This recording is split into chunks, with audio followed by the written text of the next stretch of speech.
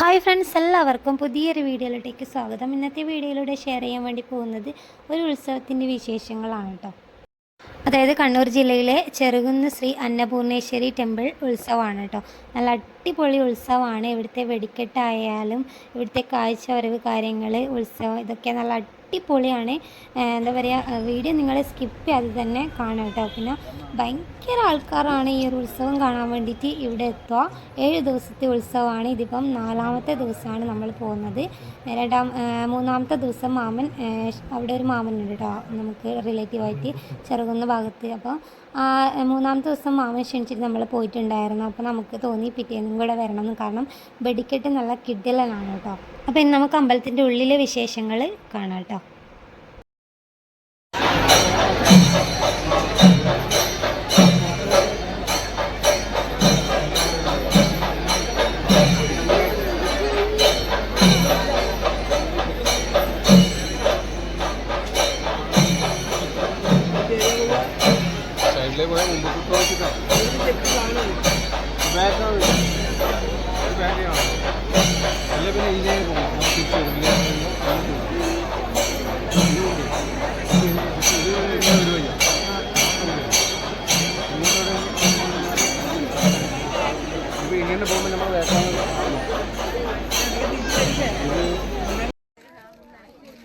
അമ്പലത്തിൽ നിന്ന് ഇറങ്ങിയിട്ട് നമ്മൾ നേരെ വന്നത് ഈ അമ്പലത്തിൻ്റെ തന്നെ ഈ ടെമ്പിൾ പോണ്ടിൻ്റെ സൈഡിലേക്കാണ് വന്നത്. ഇവിടുത്തെ ഈ കുളത്തിനെ പറ്റി പറയാതിരിക്കാൻ വയ്യ. ഞാൻ കണ്ടതിൽ വെച്ച് തന്നെ ഏറ്റവും വിശാലമായ വലിയ കുളം ഇവിടെയാണ് കേട്ടോ ഉള്ളത്. അപ്പോൾ ഇത്രയും വലിയ ഈ കുളത്തിൻ്റെ ചുറ്റിലും ഫുള്ളും ആൾക്കാർ ഇങ്ങനെ ഇരുന്നിട്ടാണ് കേട്ടോ ഉള്ളത്. അത് വെടിക്കെട്ട് കാണാൻ വേണ്ടിയിട്ടാണ്. ഒരുപാട് ആൾക്കാർ ഇതിന് ചുറ്റും ഇരുന്നിട്ടുണ്ട് ഇങ്ങനെ. ഇപ്പോൾ വീഡിയോയിൽ കറക്റ്റ് മനസ്സിലാകുന്നില്ല, ആ സൈഡിലൊക്കെ കാണുന്നത് ഫുള്ള് ആൾക്കാരാണ്. അപ്പോൾ ധനുഷ് ബേബിക്ക് കുടിക്കാൻ വേണ്ടിയിട്ട് ഞാൻ വെള്ളമൊക്കെ എടുത്തിട്ടുണ്ട്. വീട്ടിൽ നിന്ന് പതിപ്പിച്ച വെള്ളമാണ് കേട്ടോ. എവിടെ പോകുന്നുണ്ടെങ്കിലും ഞാൻ എടുക്കാറുള്ളത് ഇവന് കൊടുക്കാൻ വേണ്ടിയിട്ട്. അവനതൊക്കെ കുടിക്കുന്നുണ്ട് അവിടെ നിന്ന്. പിന്നെ നമ്മൾ ചോളപ്പൊരി മേടിച്ചിട്ടുണ്ടായിരുന്നു, അത് അവൻ്റെ ഫേവറേറ്റ് സാധനമാണ്. അപ്പോൾ അത് ആ കുളത്തിൻ്റെ സൈഡിൽ ഇരുന്നുകൊണ്ട് ഇങ്ങനെ കഴിക്കാൻ നല്ല രസമാണല്ലോ.